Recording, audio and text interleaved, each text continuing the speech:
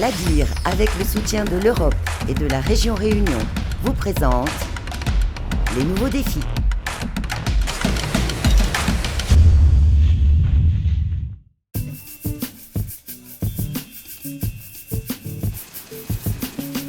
Situé dans les Hauts-de-Saint-Pierre, ce champ est généreusement arrosé grâce à un système d'irrigation qui achemine l'eau en altitude.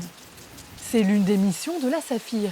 Déjà bien implantée à La Réunion, cette société d'économie mixte, créée il y a un demi-siècle, travaille sur l'extension des périmètres irrigués.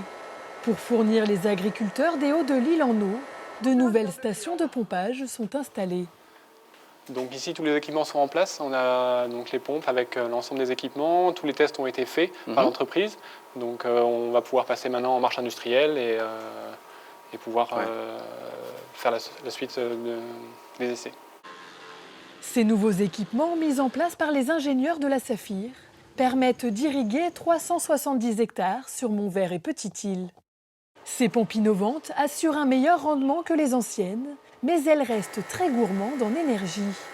Pour alimenter les Hauts de l'île en eau, les plus grosses pompes consomment autant d'électricité que 100 foyers réunionnais.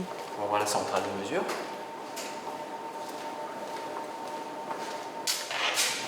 Donc c'est là-dessus effectivement qu'on va voir quel niveau d'énergie en fait notre installation consomme.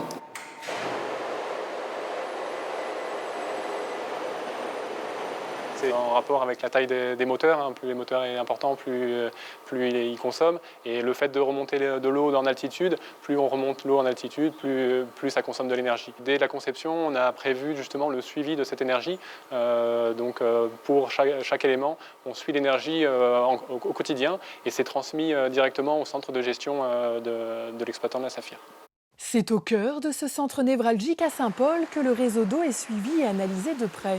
Tout commence au niveau des stations de captage. L'eau est directement prélevée dans 6 rivières de l'île. Les rivières du Mât et de Fleur Jaune à Salazie, le bras de Sainte-Suzanne, la rivière des Galets, le bras de Sillaos et dans le bras de la Plaine. Cette eau, donc, elle est captée en rivière, elle est acheminée par des galeries souterraines, d'accord, donc totalement gravitaires, on n'a pas besoin d'énergie pour amener cette eau jusqu'à des réservoirs de stockage de tête. La forte demande en énergie électrique se situe au niveau des stations de pompage pour refouler l'eau en altitude.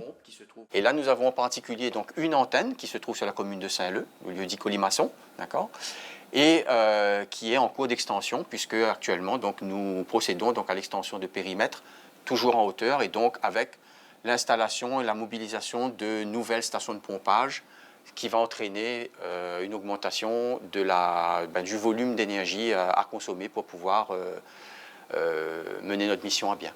Un système de management de l'énergie permet de mettre en place une surveillance accrue de la consommation électrique en temps réel afin d'améliorer la performance énergétique des équipements. Cet outil, qui est représenté donc, sous forme de tableau ici, donc, est interactif et nous permet d'être alerté en cas donc, de dépassement, puisque nous avons fixé des seuils de performance énergétique, et lorsque ces seuils sont dépassés, parce que justement donc une pompe est en dysfonctionnement, ça nous permet d'être alertés immédiatement, d'accord, nous permet également donc par le biais d'enregistrement d'avoir des tendances et voir si c'est une avarie donc récente ou alors si c'est quelque chose donc qui est chronique, et donc de pouvoir missionner donc les collaborateurs des services maintenance pour intervenir au plus vite afin donc de résoudre le problème. Cette surveillance est possible grâce à des capteurs installés sur les pompes. L'objectif est d'éviter de gaspiller de l'énergie. Autre projet innovant, créer de l'énergie hydraulique pour essayer d'amortir la facture énergétique. C'est dans cette station de pompage de la ligne Paradis que l'on trouve la seule pompe réversible de l'île. Donc là on a un débit on est à 140 litres, ça c'est le débit fixe. On a les 20 bars. Et tu suis quoi comme consigne sur la turbine? Grâce à un système de turbine, la pompe réversible crée de l'énergie. Elle produit 1 gigawatt par an, soit l'équivalent de 300 foyers réunionnais, en s'appuyant uniquement sur la puissance hydraulique. Cette production d'électricité propre est directement revendue à EDF. Le principe de fonctionnement d'une turbine est dépendant de 2 paramètres. Le premier, c'est, je vous le disais, la hauteur de chute. Et le deuxième, c'est le débit. Le débit, c'est donc une quantité d'eau par unité de temps. Et donc les deux combinés vont permettre de faire tourner une roue. Et cette roue alimente un générateur, c'est un peu comme un dynamo de vélo, quoi. Une production d'électricité à la marge qui ne permet pas de compenser l'importante facture énergétique des autres pompes. Un enjeu stratégique pour l'entreprise. La consommation électrique représente le deuxième poste de charge avec 3 millions d'euros par an. Un coût alourdi par une augmentation de 35% des frais énergétiques en 2022. Quand on a 3 millions d'euros dans la balance, c'est extrêmement compliqué d'arriver à trouver l'équilibre. Néanmoins, la collectivité départementale investit massivement dans des opérations d'infrastructure, et notamment une qui est en cours, donc la microcentrale de la Rivière des Galets, qui va permettre effectivement, là encore, de pouvoir produire une bonne partie d'énergie propre, qui permettront, là encore, de contrecarrer ces augmentations d'énergie. Donc il y a les turbines en ligne. Okay. Et l'opération, tu sais, avec la collectivité, elle avance bien, elle? Oui, alors là, il y a la microcentrale Rivière des Galets. Galets. On a les travaux là, qui vont commencer bientôt. Il y a la phase prépa là, qui a été lancée. L'entreprise a été notifiée. Donc là, les travaux commencent pour une mise en route projetée milieu de l'année prochaine.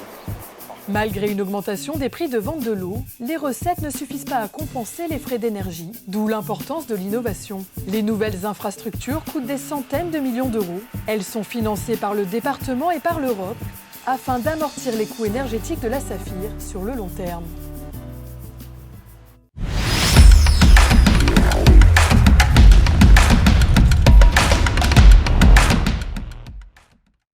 L'Adir, avec le soutien de l'Europe et de la région Réunion, vous a présenté les nouveaux défis.